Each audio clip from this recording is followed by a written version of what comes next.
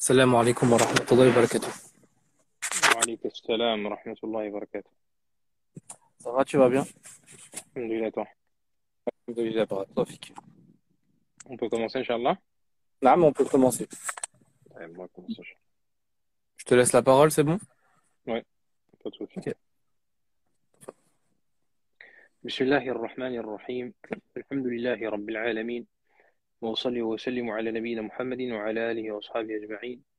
اللهم علمنا ما ينفعنا وانفعنا بما علمتنا وزدنا علما وعملا يا رب العالمين. Bienvenue à tous dans ce nouveau live en partenariat avec le compte Salat Hijab, avec le compte Nukun sur Instagram. Euh, Autour de notre série que nous avions commencé il y a maintenant plusieurs semaines, autour des quatre califes. On avait parlé dans les lives précédents, qu'on vous invite à retrouver justement sur la page justement Instagram de Amr du Savoir. On avait parlé de l'importance pour le musulman que d'avoir des modèles auxquels justement il va s'identifier, il va bâtir son identité autour de ces exemples-là. Et c'est d'ailleurs pour cette raison-là que dans le Coran, Allah Azza wa Jal nous rappelle dans de très nombreuses sourates l'histoire des prophètes et l'histoire des hommes pieux, afin qu'on prenne exemple justement sur ces personnes-là. On avait expliqué également que ça, c'était une caractéristique de l'homme. Il avait besoin justement d'imiter pour pouvoir se construire. Et on voit que lorsque cette imitation n'est pas tirée de personnes exemplaires, eh bien forcément, euh, nous serons le fruit euh, de l'influence de personnes qui ne le sont pas. Qui ne sont pas exemplaires, et ça on le voit quotidiennement avec des personnes qui ne sont pas sur le droit chemin et qui ont des influences néfastes sur les musulmans. Et il est donc important pour le musulman que de connaître son histoire, connaître l'histoire des hommes pieux de cette communauté, afin de tirer exemple pour lui et sa famille de ces personnes-là. C'est pour cette raison-là qu'on avait lancé cette série de live. On avait commencé avec Abu Bakr as-Siddiq, avec Omar ibn al-Khattab, et aujourd'hui on va continuer avec Uthman ibn Affan. On avait aussi décidé de prendre à chaque fois, pour chacun de ces califes, pour chacune de ces personnalités-là, eh bien, un sujet bien particulier par lequel il s'est distingué, d'accord, un sujet euh, qui va distinguer cette personne-là durant son califat. Et pourquoi ici je parle de califat? Parce que l'objectif n'est pas de revenir, puisqu'aujourd'hui le thème est autour de Uthman ibn Affan, il n'est pas de revenir sur la biographie entière de Uthman ibn Affan à l'époque prophétique, etc. On va revenir sur les éléments principaux de cette période-là. Mais l'objectif est d'analyser un petit peu ce qu'il a pu faire au pouvoir lorsqu'il a passé justement ces 12 années au pouvoir de l'an 23 à l'an 35 de l'Hégire. C'est le plus long des califats, hein, c'est le plus long entre les quatre califes eh bien, qui a dirigé les musulmans, c'était la période la plus longue, pour voir un petit peu de quoi est-ce qu'il s'est, par quoi est-ce qu'il s'est distingué. On verra, subhanallah, à quel point justement on peut justement euh, parler de Uthman autour de l'unification des musulmans, de préserver ce principe important dans notre religion qui est l'unité de la communauté. Et à quel point ce point-là tenait à Uthman ibn Affan au péril et au prix même de sa vie, radiallahu anhu. Et c'est donc le thème d'aujourd'hui, Inch'Allah ta'ala. Donc, on vous souhaite encore une fois la bienvenue. On va passer à peu près 45 minutes ensemble, Inch'Allah, avant de prendre quelques questions en fin de live. Bismillah. Alors, pour parler de Uthman ibn Affan, on va revenir un petit peu sur qui était ce personnage, cette personne forte de l'histoire de l'islam. Donc, c'est Uthman ibn Affan. Donc, son père s'appelait Affan, sa mère s'appelait Arwa. Son surnom dans l'islam, et on reviendra dessus, c'est Dhul Nurayn, celui aux deux lumières. Alors, il est plus jeune que le prophète sallallahu alayhi wa sallam. Il naîtra 5 ans après ce dernier, donc il y a 5 ans d'écart entre le prophète sallallahu alayhi wa sallam et Uthman. Et d'ailleurs, un petit fait historique, c'est que Uthman, contrairement aux autres, il n'est pas né à Mecca, il est né à Taif, hein, une ville en montagne, à peu près à 80 km de Mecca. Et Uthman ibn Affan, dès sa jeunesse, il va être reconnu pour ses bonnes mœurs, pour son honneur. Et il faisait partie dans Quraysh, eh bien, des tribus, on va dire, élevées, de ces tribus qui avaient un petit peu autorité sur les autres tribus. La tribu de Uthman ibn Affan dans Quraysh, d'accord, c'est-à-dire sa sous-tribu, elle avait un pouvoir qui était plus grand, par exemple, que les Banu Adi, la tribu de Omar ibn al-Khattab. Donc il était respecté, il était honoré par Quraysh. Et ce qu'il faut savoir, c'est que son père va décéder relativement rapidement dans sa vie, et Uthman va très rapidement reprendre cet argent hérité de son père pour l'investir. Ça va être un commerçant, Uthman ibn Affan.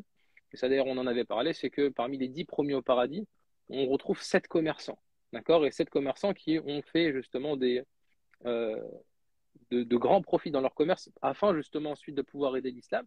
Et Uthman est peut-être celui qui se distingue le plus en cela avec Abdurrahman ibn Auf, avec Abu Bakr as-Siddiq. Mais Uthman était connu pour cette chose-là.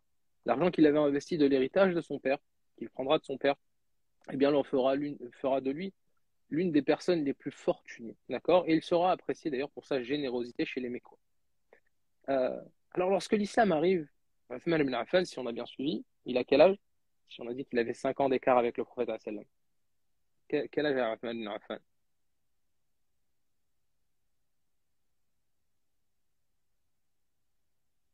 Très bien, Ahsantum. Il avait donc 35 ans. Il avait donc 35 ans. Et Uthman ibn Affan, lorsque cette révélation arrive, eh bien, il est comme les autres Mécois, il est étonné. Et c'est Abu Bakr qui va lui parler de l'islam. C'est Abu Bakr qui va l'interpeller. On avait parlé de à quel point Abu Bakr s'était converti rapidement. Hein, comme le dira le prophète sallallahu alayhi wa sallam, l'ensemble des personnes, lorsque je leur ai parlé d'islam, elles se sont d'abord posé des questions avant de se convertir, si ce n'est Abu Bakr. Abu Bakr sera l'un des premiers à se convertir et il appellera à l'islam ensuite certains proches parmi les Mécois, dont Uthman ibn Affan. Et Uthman va se convertir également à l'islam dès les premières années de l'appel à cette religion. Alors, dans sa tribu, c'est une catastrophe. Sa famille va le rejeter. Son oncle, en particulier, le Hakam ibn al-As, va lui faire subir des tortures telles. Et lorsqu'on lit justement ces tortures-là, par exemple, on sait qu'il a été attaché, qu'il a été enfumé, donc on l'attachait. Et ensuite, on faisait brûler justement devant lui un feu afin qu'il soit enfumé et que la fumée justement l'étouffe, afin qu'il quitte l'islam. Sa mère également, justement, va essayer de le convaincre de revenir sur sa conversion, mais sans succès. Alors, très rapidement, il va être très proche du prophète sallallahu alayhi wa sallam, au point où ce dernier va décider de le marier à sa fille Ruqayya. D'accord? La fille du prophète sallallahu alayhi wa sallam, Ruqayya. Il la donnera à cet homme qui est Uthman ibn Affan, un homme qui était connu pour sa noblesse, un homme qui était connu pour sa générosité, un homme qui était connu pour ses bons comportements. Et avec sa fille, la fille du prophète sallallahu alayhi wa sallam, et donc son épouse, ils vont émigrer en Abyssinie, 5 ans après le début de la révélation. Vous savez qu'avant l'émigration à Médine, les musulmans ont émigré en Abyssinie, ce qui correspond à l'Éthiopie actuelle, afin de pouvoir adorer Allah en toute liberté chez ce roi chrétien qui était Al-Najashi en Éthiopie, qui laissait les personnes pratiquer la religion qui était la leur sans les oppresser. Alors il va émigrer, lui et son épouse, ainsi qu'une quinzaine de musulmans. Et d'ailleurs, le prophète sallallahu alayhi wa sallam dira d'eux que c'est la première famille à émigrer dans le sentier d'Allah depuis celle de Ibrahim alayhi salam. D'accord? Et dans une autre version, celle de Lut alayhi salam. Donc c'est la première famille. Donc lorsqu'il parle justement de Uthman et de sa fille Ruqayya, a émigré dans le sentier d'Allah pour la cause d'Allah, a quitté une terre pour la cause d'Allah depuis l'époque d'Ibrahim alayhi salam. Alors, pour ceux qui ne le savent pas, il y aura des rumeurs justement de conversion de Quraysh quelques mois plus tard et il va revenir ensuite à la Mecque avant de se rendre compte que ces rumeurs de conversion étaient fausses. Et il restera ensuite à la Mecque jusqu'à l'émigration à Médine, où il émigrera avec le reste des compagnons. Et d'ailleurs, il prendra aussi ce surnom-là de Dhul Hijratain, celui qui a fait les 2 émigrations. Dhul Hijratain, c'était également un des noms de Uthman ibn Affan. Alors, Uthman, à Médine, avec le prophète sallallahu alayhi wa sallam, il participera à l'ensemble des batailles, si ce n'est la bataille de Badr. La bataille de Badr, qui est la première grande bataille entre les musulmans et les polythéistes, eh bien, Uthman n'en fait pas partie, tout simplement parce que lorsque le prophète sallam sort avec plus de 300 compagnons en direction de Badr, Uthman ibn Affan est au chevet de son épouse Ruqayya qui est malade et qui est mourante. Et c'est le prophète sallam lui-même qui va lui demander de rester au chevet de sa fille et donc de son épouse. Et Uthman d'accepter cette chose-là. Alors, après cette victoire de Badr, cette grande victoire à la bataille de Badr, le prophète sallam revient à Médine. Et il trouve que justement sa fille vient de décéder, Uthman était présent à ce moment-là.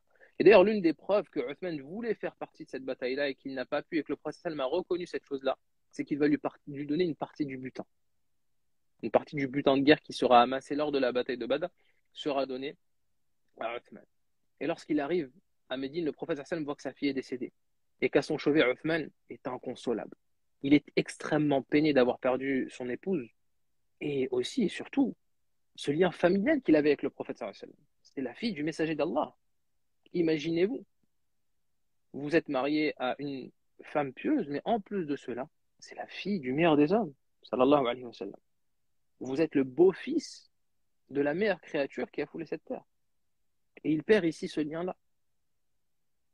Et le prophète sallallahu alayhi wa sallam, eh bien, reconnaissant ses mérites et voulant le consoler également, il va lui donner une autre de ses filles en épouse, Kulthum, qui l'accompagnera jusqu'à son décès elle-même en l'an 9 de l'Hégire. Et c'est de là que le calife Uthman va prendre, qui n'était pas encore calife à ce moment-là, bien entendu, va prendre son surnom de Dhul Nourayn, celui aux deux lumières, celui qui a été illuminé par deux lumières, deux filles des épouses du prophète, deux filles parmi les filles du prophète sallallahu alayhi wa sallam. D'ailleurs, le prophète sallallahu alayhi wa sallam lui-même dira, si nous avions eu une troisième fille à donner, nous te l'aurions donnée en mariage. Ce qui montre ici le mérite. Et imaginez-vous, vous, un père de famille, vous avez plusieurs filles, et vous en donnez une première, puis une deuxième à la même personne, et ensuite, eh bien, subhanallah, si vous dites, si vous en aviez une troisième, eh bien, vous la donneriez à Uthman. Ça montre à quel point, eh bien, le prophète Hassan appréciait cette personne-là. Et d'ailleurs, c'est connu que lorsqu'une personne cherche un mari pour sa fille, il va regarder énormément de choses, il va analyser énormément de choses. Et ici, le prophète sallallahu alayhi wa sallam, il avait vu en Uthman un bon époux et un bon musulman pour ses filles et pour peut-être ses petits-enfants. Et il a vu cette chose-là avant le mariage et après le mariage, puisqu'il a donné sa deuxième fille. Il a même dit, si on avait encore une troisième fille à donner, nous te l'aurions donnée. Il nous montre ici le grand mérite et les bons comportements d'Uthman ibn Affan. Uthman ibn Affan, c'est donc, comme on l'avait également dit, une fortune qui a été donnée au service de l'islam. C'était l'un des compagnons les plus fortunés. D'accord. Alors qu'à Médine, une sécheresse touche les musulmans, il va décider, avec 20 000 pièces d'argent, d'acheter un puits qui était le puits de Rouma, qui appartenait à un juif. Et ce juif-là, il avait profité de cette situation-là pour vendre l'eau aux musulmans à un prix qui était excessif. Et il va décider d'acheter ce puits-là à ce juif-là et ensuite de donner cette eau-là et faire en sorte qu'elle soit accessible à l'ensemble des musulmans. Et on sait que la meilleure des sadaqas en islam, c'est l'eau. Et Uthman ibn Affan est bien de montrer l'exemple ici. Également lors de la bataille de Tabouk, et alors qu'on est seulement une année avant la mort du prophète, sallallahu alayhi wa sallam, l'armée musulmane n'aura jamais été aussi grande. On dénombre plus ou moins 30 000 hommes. Et Uthman ibn Affan, il va fournir l'équipement pour un grand nombre d'entre eux. On sait qu'il a acheté près de 950 montures, il va acheter des cottes de mailles, des casques, etc. On dit qu'il a dépensé 1000 dinars d'or. Alors peut-être que vous, aujourd'hui, vous vous imaginez pas ce que c'est 1000 dinars d'or. Un dinar d'or, c'est à peu près 4 grammes 25. D'accord. Et avant ce live-là, j'ai justement essayé de faire l'équivalent aujourd'hui. C'est plus de 220 000 euros que Uthman ibn Affan a donné de son propre argent afin d'équiper les musulmans. Imaginez-vous, subhanallah, la générosité de cette personne-là. D'ailleurs, le prophète sallam, après cette dépense-là, qu'est-ce qu'il dira? À partir d'aujourd'hui, les œuvres de Uthman ne lui porteront aucun préjudice. C'est-à-dire que à partir d'aujourd'hui, après cette sadaqa-là, rien ne pourra faire quoi que ce soit à Uthman, tellement la récompense qui sera la sienne sera grande. C'est également un ambassadeur, Uthman. Comme on avait dit, c'était l'un des Qurashites les plus nobles. Et Uthman ibn Affan, et alors que on est euh, lors de ce pacte de l'Hudaybiyah, en l'an 6 de la Hijra, le prophète sallam est en train de négocier avec Quraysh un pacte afin que les musulmans puissent effectuer la Umrah. Et qui est-ce qu'il décide d'envoyer à Uthman? Pourquoi? Eh bien parce que c'était une personne qui était respectée dans la péninsule, une personne qui était respectée même par Quraysh. Et il va partir justement quelques jours chez Quraysh afin de négocier pour les musulmans. Et alors que, subhanallah, Uthman tardait, certains avaient même pensé qu'il était mort, qu'il avait été exécuté par Quraysh, le prophète sallallahu alayhi wa sallam. Et alors qu'il prend le pacte de l'ensemble des musulmans présents sous l'arbre d'Al-Hudaybiyah, donc on n'est pas très loin de la Mecque, afin, encore une fois, de renouveler ce pacte vis-à-vis du messager de la part de l'ensemble des musulmans, il prendra ses deux mains et il les prendra, il les serrera et il dira, ceci est la main de Uthman. C'est-à-dire que le prophète sallallahu alayhi wa sallam a pris le pacte de Uthman en son nom, parce que Uthman n'était pas présent à ce moment-là, et on avait même eu peur que Uthman soit mort. Et le prophète sallallahu avait insisté pour rappeler que Uthman, s'il avait été là, il aurait encore une fois validé ce pacte-là. Uthman ibn Affan, après la mort du prophète sallallahu alayhi wa sallam, il est extrêmement peiné. Il a perdu son beau-père, il a perdu son bien-aimé, il a perdu celui qu'il aimait le plus. Mais tout comme Abu Bakr, tout comme Omar, ils vont se reprendre afin justement de préserver la communauté de la dissension, afin de préserver l'islam. Et Abu Bakr d'ailleurs le considérait comme l'un de ses proches conseillers et son script personnel. Parce que Othman savait écrire, c'était un lettré, et lorsqu'Abu Bakr avait besoin d'écrire certaines missives ou autres, il demandait à Othman de l'aider en cela. Et c'est d'ailleurs lui qui va écrire le testament de Abu Bakr. On en avait parlé dans un live précédent. C'est lui qui va écrire le testament d'Abu Bakr al-Siddiq et l'ordre de faire allégeance à Omar ibn al-Khattab. Sa générosité également, elle va pas perdurer durant cette époque d'Abu Bakr, cette époque de Omar, cette époque califale. Sa générosité, elle va continuer. Il va énormément donner dans les différentes régions musulmanes conquises, au Sham, en Irak, etc. Et lorsque Omar lui-même prendra le pouvoir, il va garder Uthman près de lui. Il va le consulter. D'ailleurs, si Omar n'est pas parti combattre en Irak, au Sham, en Égypte, etc., lors des conquêtes musulmanes entre ces années 13 et 17, eh bien, c'est parce que Uthman lui-même lui avait demandé de rester. Il lui avait dit, nous avons besoin de toi. Si tu pars au combat, on risque de te perdre. Et ta perte serait une perte immense pour les musulmans. Envoie tes généraux combattre, etc., mais reste à Médine. Et c'est pour cette raison-là que Omar ne partira pas combattre dans les différentes régions conquises par les musulmans. Pourquoi? Parce que Uthman avait insisté pour qu'il reste. Et on voit ici la sagesse de cet homme-là. Parce qu'on avait encore besoin de Omar à ce moment-là pour diriger les musulmans, cette main de fer, pour diriger les musulmans. Lorsque Omar est assassiné, eh bien, Uthman, il fait partie de ces 6 personnes, et donc maintenant on passe vraiment à la période où Uthman va prendre le pouvoir. Lorsque Omar décède, il ne va pas faire comme Abu Bakr et désigner une personne en particulier. Il va laisser le soin à 6 personnes parmi les compagnons de décider entre eux de qui devait être le calife. Ces 6 personnes-là sont Uthman ibn Affan, qu'on vient de présenter, Ali ibn Abi Talib, Talha ibn Ubaydillah, Zubayr ibn al-Awwam, Sa'd ibn Abi Waqqas et Abdurrahman ibn Auf. Pose une question sur ces noms-là, Uthman, Ali, Talha, Zubayr, Sa'd et Abdurrahman. Euh, Qu'est-ce qu'ont en commun ces personnes-là? Qu'est-ce qu'elles ont en commun?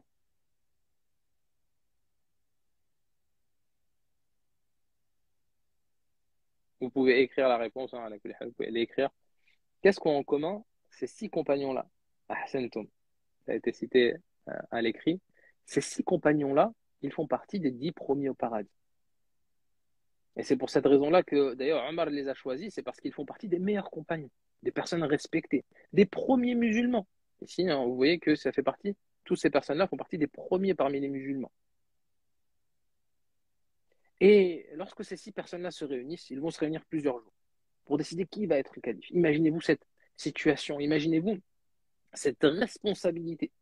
Et contrairement peut-être à notre époque où eh bien, les mises en avant et le fait de prendre la tête des peuples est une chose aimée et pour lesquelles les gens se combattent, ces personnes-là, elles vont toutes se regarder en se posant réellement la question, mais de qui est-ce qu'on va, ou plutôt qui est-ce qu'on va pouvoir choisir, parce que jamais je ne vais pouvoir me mettre en avant. Et d'ailleurs, très rapidement, il y en a 3 d'entre eux qui vont préférer se retirer. 3 parmi ces 6 compagnons, Zubair, Talha et Saad, ils vont décider de se retirer. Zubair, il dit, moi, mon droit et mon vote, je le donne à Ali. Talha, il le donne à Uthman. Et Saad, il le donne à Abdurrahman ibn Auf. Donc, ils ne sont plus que 3. Il ne reste plus qu'Ali, Uthman et Abdurrahman. Abdurrahman, en voyant cette décision des 3, qu'est-ce qu'il dit? Eh bien, si vous le voulez bien, en parlant à Uthman et Ali, je serai le juge entre vous, mais moi, je ne souhaite pas être calife. Laissez-moi aller concerter les musulmans. Laissez-moi aller voir les chefs de tribu. Laissez-moi aller voir la population pour voir et qui est-ce qu'on choisira entre vous.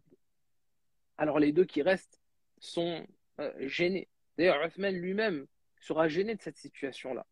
Et alors que Abdurrahman passe dans les rues de Médine, qu'il concerte les populations, pendant 3 jours, justement, il viendra voir Uthman, il viendra voir Ali, il discutera avec eux.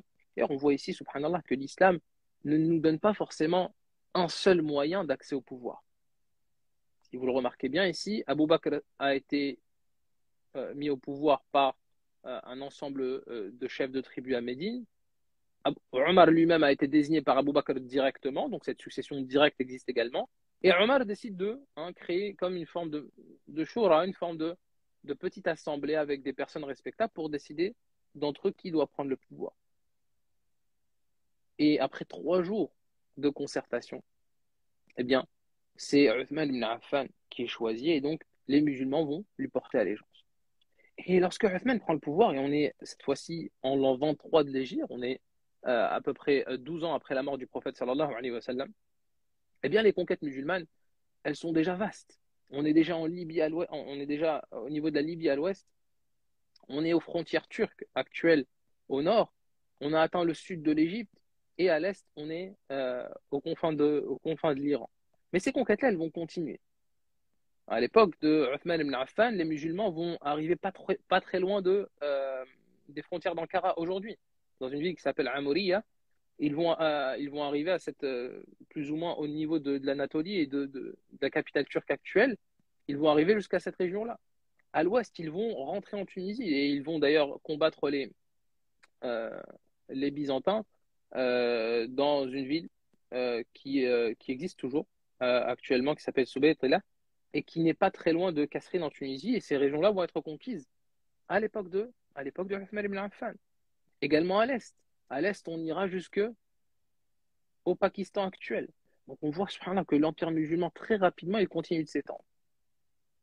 Et ces victoires-là, lorsqu'elles sont annoncées à Médine, les scènes de liesse et de joie, et lorsqu'on se souvient justement des hadiths prophétiques concernant les conquêtes des musulmans, eh bien c'est comme si d'un coup, l'ensemble de ces paroles du prophète sallallahu alayhi wa sallam prenait tout leur sens.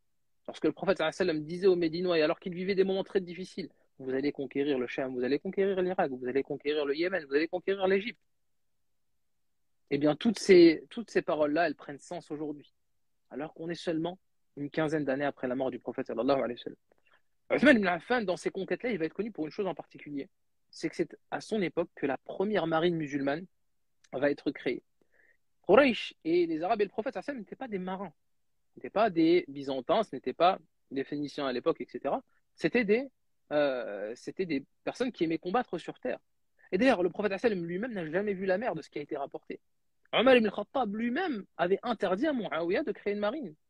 Lorsque Muawiyah lui demandera, eh bien, Omar, il ne savait pas, il ne connaissait pas la mer, il n'avait jamais pris la mer. Il demandera à Amr ibn al-As, Kayf al-Bahr. Il lui dira, comment est-ce qu'est la mer? Comment est-ce que sont les océans? Comment est-ce que c'est lorsqu'on vogue? Et là, Amr ibn al-As, il va lui faire peur. Il va faire peur à Omar ibn al-Khattab, il lui dire, Khalqun azim, al-abdu fihi kaddoudi ala al-oud. Il lui dira, c'est une création immense, gigantesque, qui fait peur. Le serviteur, la personne dans cette création-là, elle est telle le ver sur le gros morceau de bois. Et là, Omar ibn Khattab, il dira à Muawiyah, alors on ne crée pas de marine. Lui-même, il dira d'ailleurs, lorsqu'on construit des villes, idéalement, on les construit de manière à ce qu'elles soient accessibles facilement par la terre. Et Muawiyah, qui est le cousin de Uthman ibn Affan, il a une proximité avec Uthman ibn Affan et il s'aimait énormément. Il reviendra à la charge à l'époque de Uthman. Il lui dira, on se doit de construire une marine. Et c'était une réalité. On avait besoin d'une marine pour les musulmans parce que les conquêtes faisaient que, eh bien, alhamdoulilah, on arrivait à conquérir des territoires, mais malheureusement, les côtes étaient très mal protégées. Et très souvent, on avait les Byzantins qui revenaient conquérir certaines parties des côtes, qui faisaient des razzias et qui repartaient. Et les musulmans ne pouvaient même pas défendre leurs côtes. Il va revenir demander à Uthman ibn Affan. Il lui posera la question, est-ce que je peux commencer à bâtir des navires? On a conquis certaines villes au Liban, en Palestine, en Égypte, qui sont spécialisées dans cette construction-là. On peut tirer profit d'expérience des Byzantins et mettre tout ça au service de l'islam. Alors, Uthman, il lui dit, d'accord, c'est OK, mais à plusieurs conditions. Tu es motivé à plusieurs conditions. Premièrement, qu'aucun musulman ne soit contraint à cela. Tu n'as le droit de faire rentrer aucun parmi tes soldats de force dans les flots. Aucun parmi les musulmans doit être contraint de monter sur un bateau. Deuxièmement, celui qui souhaite y prendre part, il a le droit de ramener sa famille avec lui, son épouse ou autre. Tu n'as pas le droit d'interdire cette chose-là à un musulman. Troisièmement, toi, Muawiyah, qui souhaite cette chose-là, eh bien, tu vas être le premier à monter sur le bateau. D'ailleurs, regardez ici, subhanallah, ce concept qu'on appelle aujourd'hui et qui est connu aujourd'hui par le fait de mener par l'exemple, euh, en anglais lead by example, c'est le fait de pouvoir diriger et donner l'exemple à des gens, justement, en étant nous-mêmes le premier à agir de la sorte. Si tu veux apprendre quelque chose à quelqu'un, si tu veux apprendre quelque chose à tes enfants, si tu veux apprendre quelque chose à tes proches, sois le premier à le faire. Montre l'exemple. Et Muawiyah ici, eh bien, Uthman, il va lui dire, tu veux construire une marine? Eh bien, tu seras le premier à monter dessus. Et enfin, que les soldats qui montent sur ces bateaux-là, eh bien, ils reçoivent un salaire supplémentaire, une prime, pour être montés sur ces bateaux-là. Et c'est ainsi que Muawiyah va accepter, la marine musulmane va se construire, les premières grandes batailles, hein, Sawar, etc., vont avoir lieu et les musulmans vont conquérir l'île de Chypre, par exemple. Ils vont pouvoir défendre leur côte. Euh, et parmi les compagnons qui seront connus justement pour être rentrés dans la marine musulmane, on va retrouver Muawiyah, on va retrouver Abu Darda, Abu Ayyub al-Ansari, Al-Miqdad ibn Amr, Ubad ibn Samit et d'autres. Parmi également les choses pour lesquelles Uthman sont connus et qui vont être liées justement à notre thème du jour, à savoir l'unité des musulmans, eh bien, c'était sa manière d'agir vis-à-vis des troubles autour du Coran. On est à peu près, imaginez-vous, une quinzaine, une vingtaine d'années après la mort du prophète sallallahu alayhi wa sallam. On a maintenant un territoire qui va de la Tunisie au Pakistan, des frontières de la Russie au Soudan. Et les peuples qui sont rentrés en islam, pour beaucoup d'entre eux, ils ne parlent pas arabe, pas des arabophones. Pour beaucoup d'entre eux, ils ne connaissent que les rudiments de l'islam. Pour beaucoup d'entre eux, le Coran est une chose qu'ils ne connaissent pas. Et pour lire le Coran, eh bien, ils vont l'apprendre des personnes qui l'ont appris auparavant. Mais pour ceux qui ne le savent pas, le Coran a été révélé en plusieurs ahruf, en plusieurs lectures. Alors, ce n'est pas les lectures actuelles que l'on connaît. Ça, c'est une chose importante à comprendre. Lorsque dans les hadiths, on parle des ahruf, on parle justement de ces 7 lettres, littéralement. On parle en fait de variantes dans la lecture. Variantes, comme on va le voir, qui n'existent plus aujourd'hui si ce n'est une d'entre elles. Et on va expliquer la raison pourquoi. Parce que Hudayf ibn al-Yaman, un des compagnons qui était connu justement pour sa vision et sa clairvoyance des troubles, et alors qu'il est en Azerbaïdjan actuel et qu'il dirige les musulmans là-bas, il se rend compte que les musulmans sont divisés quant à la lecture du Coran. On lit le Coran différemment. Et les variantes dans la lecture du Coran font que certains se fanatisent. Ils disent que les autres ne savent pas lire le Coran, qu'ils déforment la parole d'Allah, et les autres disent la même chose des premiers. Et tout ça va arriver à une conclusion, c'est que la communauté commence à se diviser autour de Hablullah, autour justement de cette chose qui a uni les musulmans, à savoir le Coran. Et là, Hudayfa, il va jusqu'à Médine, il va parler au calife. Il va lui dire, je suis un avertisseur. Sauve la communauté avant qu'elle ne se divise. Sauve cette communauté avant qu'elle ne se divise. Unis les musulmans autour d'un seul mushaf, d'une seule manière de lire le Coran, avant qu'elle ne se divise.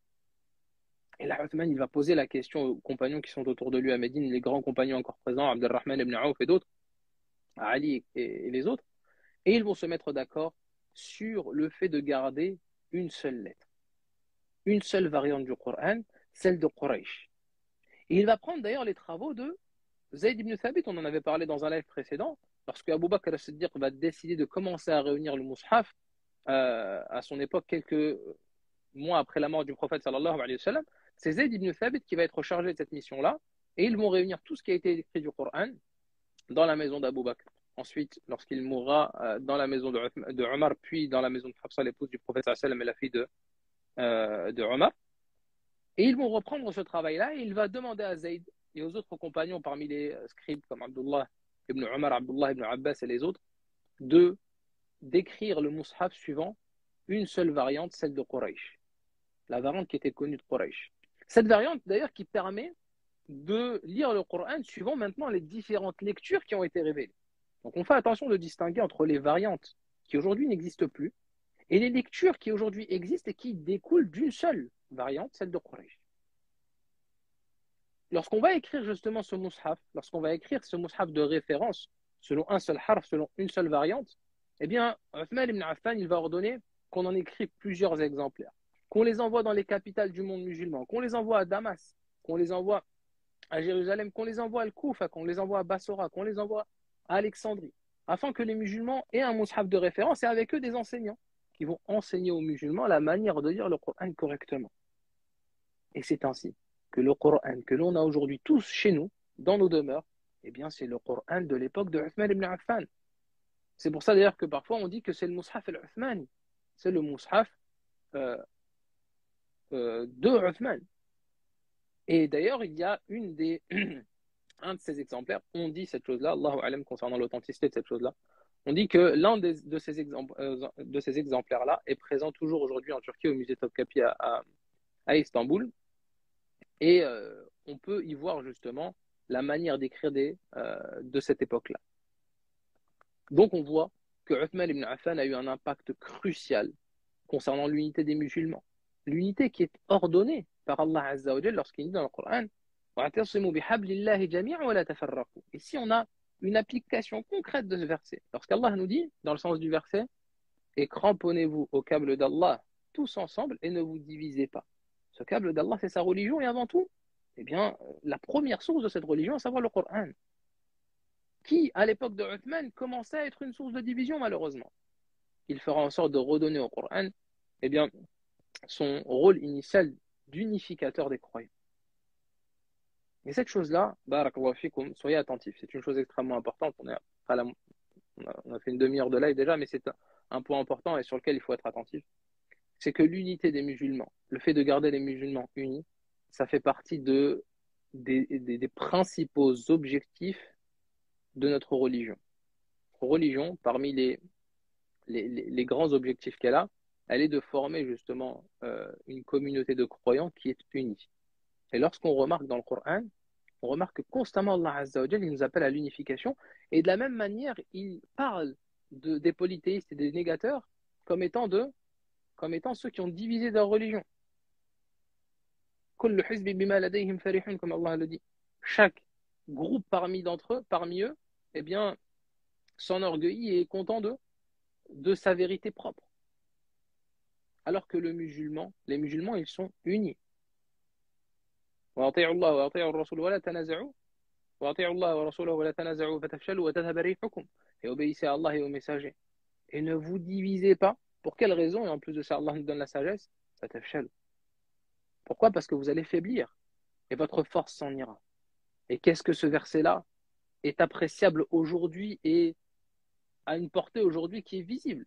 La division des musulmans fait que ces derniers, eh bien, n'ont plus aucune portée, n'ont plus aucune force. Et il est également important de comprendre que la notion d'unification des musulmans se doit d'être sur la vérité. Et un point très très important, c'est que cette unification des musulmans est à contextualiser. Et les points de divergence sont à contextualiser. C'est pour cette raison, par exemple, que Ibn Taymiyyah, un grand savant kurde du 7e siècle, a combattu toute sa vie l'une des doctrines qui aura fait du mal justement au monde musulman, qui était l'ash'arisme. Et de manière générale, toutes les théories du kalam, de la philosophie, de la métaphysique grecque, etc., qui a fait énormément de mal à la croyance des musulmans, et tous ces ouvrages, pour pas dire tous ces ouvrages, mais la majorité de ces ouvrages qui traitent de croyance, ils sont axés sur ces points-là. Et il va être mis en prison par ces personnes. Et malgré tout, il combattra à leur côté lorsque les Mongols vont envahir les terres musulmanes. Pourquoi? Eh bien parce qu'il y avait un contexte bien particulier, une situation bien particulière, qui faisait que eh bien, ces deux groupes, bien que un fait partie d'Ahl Sunnah et que les autres faisaient partie des innovateurs, avaient besoin, ils faisaient tous partie des musulmans, du cercle de l'islam, et ici les terres musulmanes étaient conquis par les Mongols qui propageaient leurs hérésies, qui ont tué un nombre incalculable de musulmans et qui ont jeté dans l'Euphrate en Irak les ouvrages des musulmans au point où ce fleuve-là est devenu noir. Il y avait un besoin d'unification. Et cette contextualisation, elle est très importante. Regardez où est-ce qu'on est, à quelle époque est-ce qu'on est, dans quelle société est-ce qu'on vit, afin de pouvoir savoir sur quel point est-ce qu'on peut être en désaccord ou sur quel point est-ce qu'on peut s'unir. Pour savoir, est-ce qu'aujourd'hui c'est une époque où, bien entendu, on n'est pas d'accord sur tel et tel point, mais est-ce que tel et tel point peuvent être omis ou pas? Et c'est pour cette raison-là qu'on a besoin des savants et de la clairvoyance des savants et de la connaissance des savants du contexte du pays dans lequel on vit pour apprécier ces choses-là. Et malheureusement, ça a fait beaucoup, beaucoup, beaucoup de défauts aux sociétés musulmanes en Europe que parfois de décontextualiser certaines fatwas concernant certaines innovations ou autres. Parce qu'en réalité, très souvent, il y a des situations où, même si une innovation a été commise par telle ou telle mosquée, association, personne, etc., le contexte faisait que, à ce moment-là bien précis, eh bien, la séparation vis-à-vis de ces personnes-là ou la dissension vis-à-vis de ces personnes-là n'était pas quelque chose qui était profitable à l'islam. D'où l'importance que de revenir à des personnes de confiance et des personnes de science. On referme cette parenthèse-là pour continuer sur la vie d'Uthman ibn Affan. On a presque terminé. Uthman ibn Affan, après justement avoir uni les croyants autour euh, d'un seul mushaf, il va devoir faire face à des personnes justement qui vont chercher à diviser les musulmans. Parce que l'Empire perse, l'Empire byzantin, qui étaient à l'époque les deux grands empires face aux musulmans et qui ont été exterminés dans un temps extrêmement court, ces deux empires-là, ils ne vont pas se relever de ce que leur ont fait les musulmans. Et c'est pour cette raison-là qu'on va avoir des personnes qui soit étaient assimilées à ces empires-là, soit à leurs alliés, qui vont essayer maintenant de diviser les musulmans de l'intérieur. Lorsque tu ne peux pas attaquer un ennemi de front, eh bien tout simplement tu viens l'attaquer de l'intérieur. Hein, l'adage nous dit diviser pour mieux régner. Et ça, c'est ce qu'on a vu à l'époque de Uthman ibn Affan. Avec des personnes comme Abdullah ibn Saba. C'était une personne, un yéménite. Il était d'origine juive. Et il va se convertir à l'islam. Alors sa conversion, les historiens en doutent énormément. Certains nous disent qu'il s'est faussement converti à l'islam afin de ensuite pouvoir traverser les contrées musulmanes sans attirer l'attention et en essayant de lever des troupes contre Uthman ibn Affan, de créer des troubles dans les cœurs des musulmans.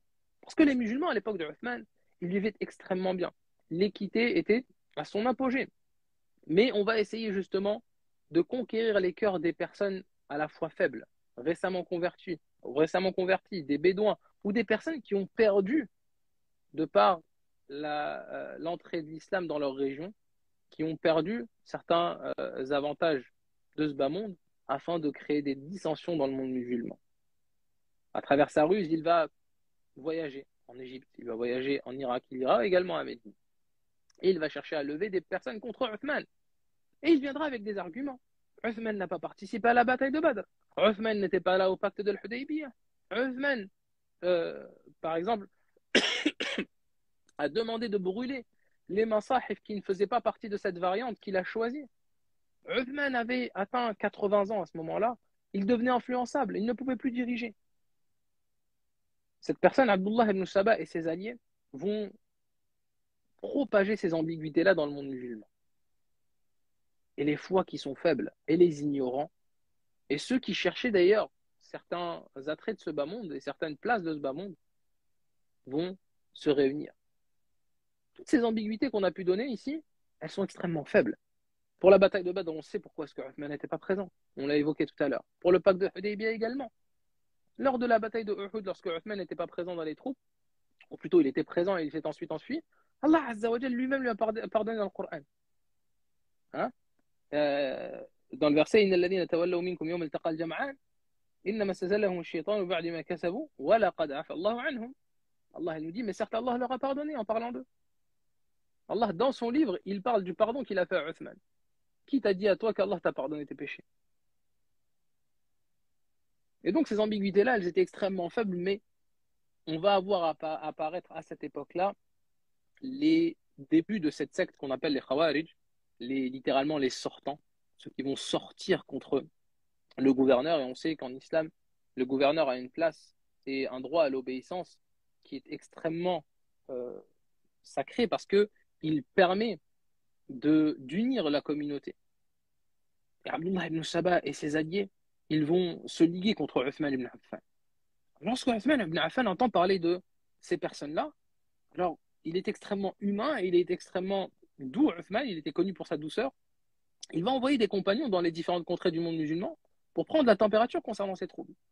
Il va d'ailleurs dire, et alors qu'on est en l'an 34 de l'Hégire, que quiconque a une demande, une requête, une plainte contre le gouverneur, contre lui ou ses gouverneurs, eh bien qu'il vient au Hajj, à Mecca de cette année-là, afin qu'on en discute.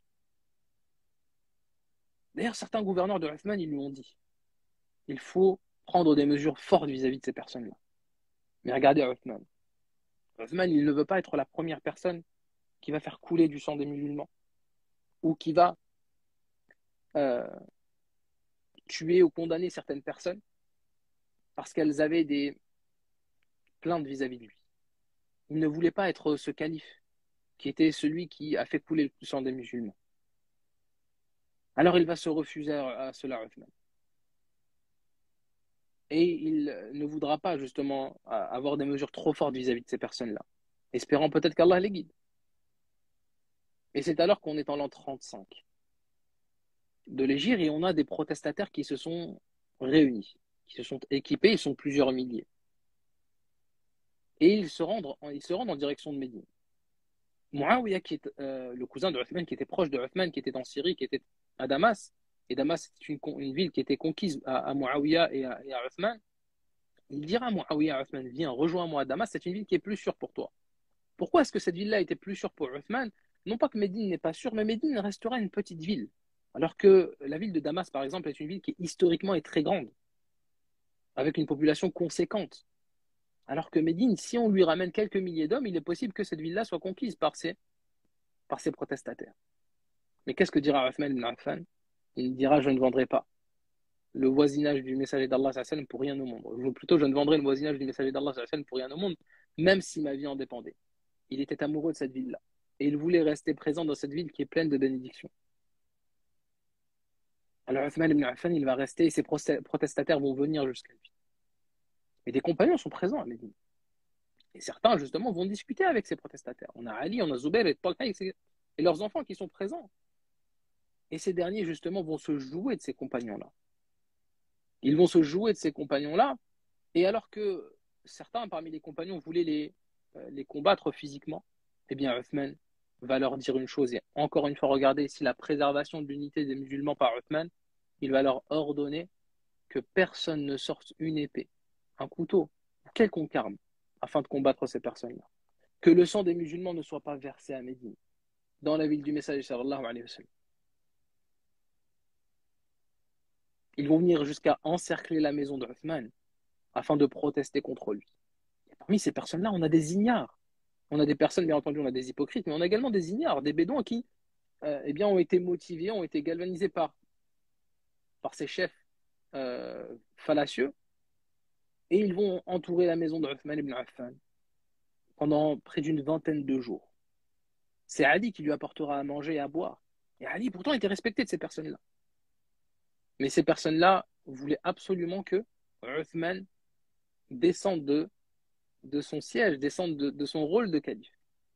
Et Uthman, il ne voudra pas. Alors pourquoi est-ce que Uthman, il ne voulait pas? Non pas qu'il était attaché à ce poste-là, mais il s'était souvenu d'un hadith du prophète sallallahu alayhi wa sallam qui un jour lui avait dit: Oh Uthman, il se peut qu'Allah te vête d'un habit, qu'Allah te mette un habit, et qu'ils exigent de toi que tu l'enlèves, mais ne le fais pas. Et là, Uthman avait compris ce hadith-là. Parce que le prophète me dit: il se peut qu'Allah te mette un habit, te vête d'un habit, c'est-à-dire qu'il te mette cet habit de la direction des musulmans. Et qu'ils exigent de toi, c'est-à-dire ces personnes-là, que tu l'enlèves, mais ne le fais pas. Et c'est ainsi qu'il restera à son poste. Certains, parmi les enfants des compagnons présents, comme les enfants d'Ali ibn Abi Talib, Al-Hassan al-Hussein, on a également Abdullah ibn Omar, on a d'autres compagnons, Mohammed ibn Abi Bakr et d'autres qui étaient présents et qui devaient se charger justement de la protection de Uthman. Et à un moment, on a justement ces personnes, ces assassins, qui vont rentrer dans la maison de Uthman. Et les compagnons et les enfants des compagnons voulaient défendre Uthman, mais Uthman leur a interdit. Ils pensaient que ces personnes-là allaient se calmer.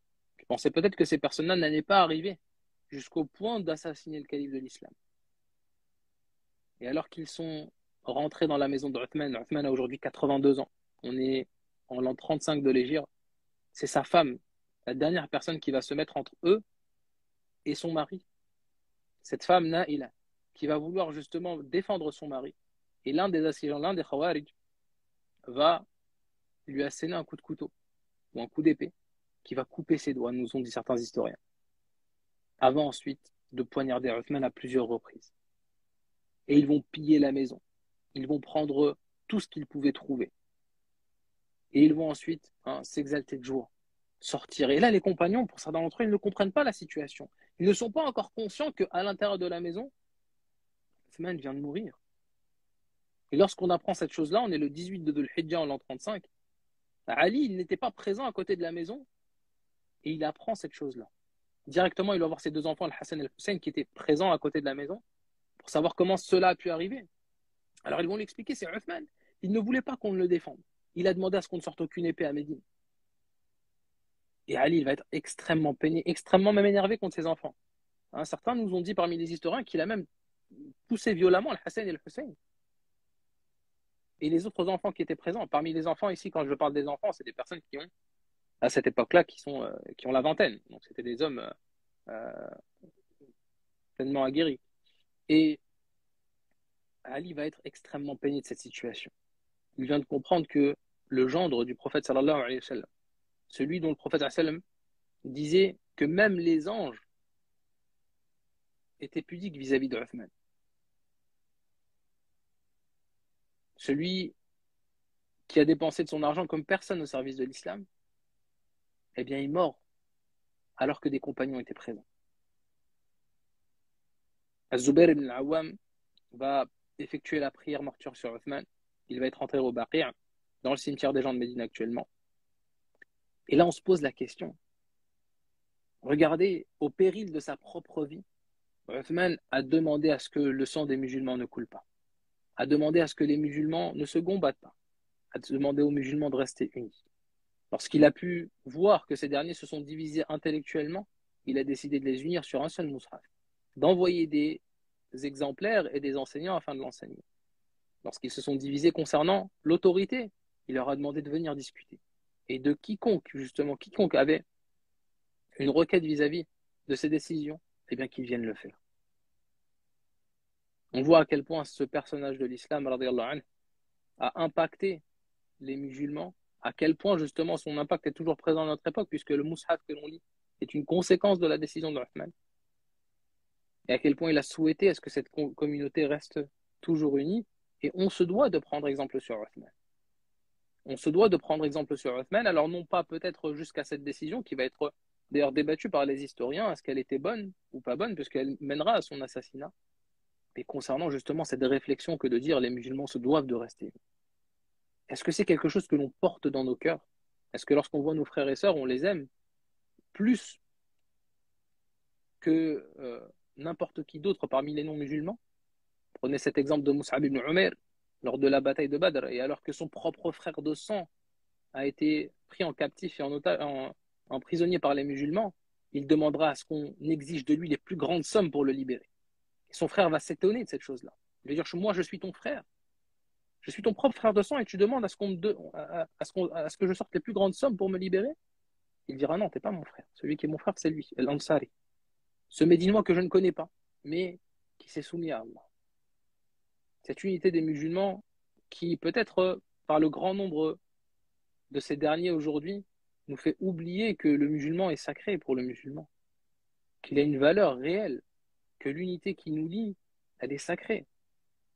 C'est des notions qui sont à méditer, à réfléchir, afin de prendre des bonnes décisions, que ce soit de manière personnelle, sociale, même structurelle dans les associations, dans les mosquées. On demande à Allah Azza wa Jal de nous octroyer l'unité et de préserver cette communauté sur le tawhid et la sunna. On va prendre quelques questions si vous en avez. On ne va pas aborder la suite pour l'instant, on l'abordera lorsqu'on abordera le califat d'Ali, Inch'Allah Ta'ala. Si certains ont des questions, Inch'Allah Ta'ala, on y répond. Pour les questions, on essaie de les poser à l'écrit sur Instagram pour les personnes qui sont avec nous sur Telegram. On essaie de les poser à l'écrit, Inch'Allah.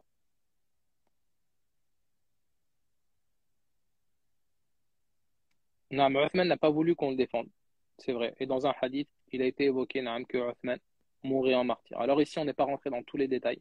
Pour ceux qui ont participé avec nous sur le séminaire des califes, on a passé plusieurs cours sur l'époque de Uthman.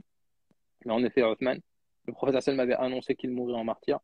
Et d'ailleurs, ce dernier ne voulait pas justement qu'on le défende.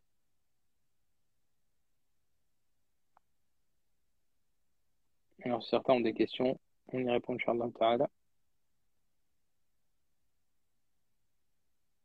Est-ce qu'il y a il y aura un séminaire sur les Omeyyades à l'Institut? On espère à l'avenir. On espère à l'avenir, mais déjà, si on prend conscience, si on apprend la sira du prophète sallam, mais l'histoire des compagnons sera déjà très bien. Et pour ceux qui sont vraiment passionnés d'histoire, on essaiera de continuer avec les Omeyyades, les Abbassides, etc. Donc, s'il y a des questions concernant Uthman ibn Affan, concernant les compagnons, concernant euh, euh, l'unité des musulmans, pouvez-vous proposer les autres audios des califes d'Abu Bakr et Omar sur Telegram? On mettra le lien, Inch'Allah. On mettra le lien. Comment faire comprendre l'importance des compagnons aux nouveaux musulmans? Eh bien, tout simplement en prenant conscience, en leur expliquant que ces personnes-là, c'est les personnes qui ont entouré le meilleur des hommes. Cette religion a été préservée par la cause de ces personnes-là. Et qu'Allah Azza wa Jalla a voulu que ce soit ces personnes-là qui soient présentes autour du messager sallallahu alayhi wa sallam afin que cette religion soit préservée. Et que, en tant que musulmans, et comme on l'a évoqué au début de ce live-là, on a besoin d'exemples pour nous, pour nos familles, pour nos sociétés. Et que sans exemple et sans modèle, le musulman ne se construit pas de manière correcte. C'est pour cette raison-là que dans le Coran, on a beaucoup d'histoires de prophètes, beaucoup d'histoires d'hommes pieux. On a également beaucoup d'histoires de personnes qui ont désobéi, des négateurs, afin qu'on prenne conscience de la gravité de leurs actes. Les assaillants ont-ils été chassés de Médine? On va en parler, Inch'Allah, dans le live sur Ali, très prochainement, Inch'Allah. Concernant sa mort, le sang versé sur une des pages du Coran et sur un verset, en particulier, Sahih, ça a été rapporté par certains historiens. Allahu alam. Quelle est la durée de son califat? Il a dirigé les musulmans de l'an 23, de la fin de l'an 23, certains du début de l'an 24, jusqu'à l'an 35, jusqu'à la fin de l'an 35, donc une douzaine d'années. Que s'est-il passé juste après sa mort? Ça, on va en parler, je ne sais pas si c'est dimanche prochain ou dans 2 semaines, Inch'Allah. Vous avez parlé de séminaire, est-ce que je peux avoir des informations, des cours sur la vie du prophète sallam? Donc, chez Amra du Savoir, on organise à l'Institut du Savoir des séminaires en ligne. Les prochains sur l'histoire commenceront en décembre, Inch'Allah. A-t-il eu des enfants? Il a eu beaucoup d'enfants. Othman ibn Affan a eu un certain nombre d'enfants. Naam.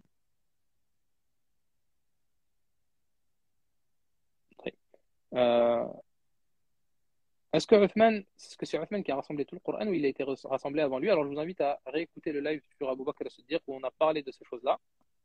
Déjà depuis l'époque d'Abu Bakr, le Coran a été réuni dans le sens où les versets ont été préservés à l'écrit dans un seul endroit.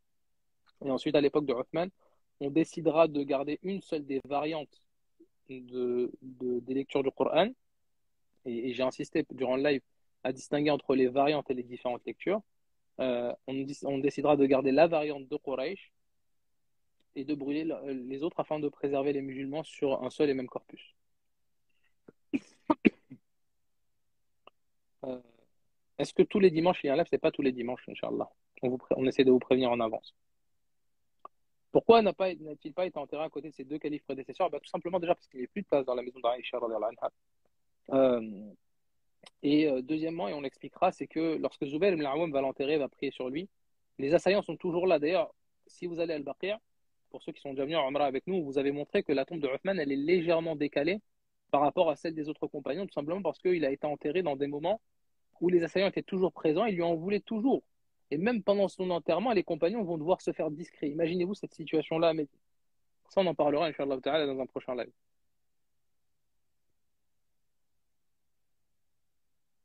Quel est le lien pour réécouter les lives? Vous allez sur la page Instagram de Amra du Savoir et dans les lives, et vous allez avoir accès. C'était il y a quelques semaines. Très bien. S'il n'y a pas d'autres questions, Inch'Allah ta'ala, euh, on se donne rendez-vous très prochainement pour terminer sur cette série avec Ali ibn Abi Talib. Barakallahu fikum de votre présence. Wa jazakumullahu khaira. سبحانك اللهم وبحمدك أشهد أن لا إله إلا أنت أستغفرك وأتوب إليك والسلام عليكم ورحمة الله وبركاته.